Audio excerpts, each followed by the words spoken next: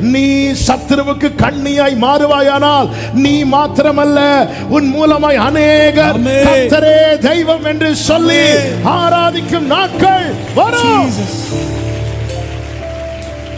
ஆமென் சொல்லுங்க பார்க்கலாம். ஹalleluya.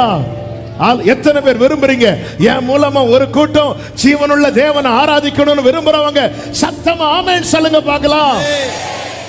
அதே போல என்னை கேட்டுக்கொண்டிருக்கிற அன்பு தங்கச்சி, அன்பு தம்பி, உன் அழகு என்ன தெரியுமா? உன் மேல இருக்கிற தேவ திட்டம். ஆமென். உன் மேல இருக்கிற தேவ திட்டம். ஹalleluya.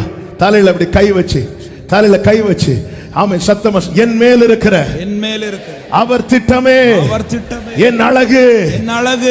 நம்புறவங்க சத்தமா சொல்லணும். ஓகே, என் மேல் இருக்கிற தேவ திட்டமே என் அழகு. அப்போ இந்த அழகு ஃபேட் ஆகாது. ஹalleluya.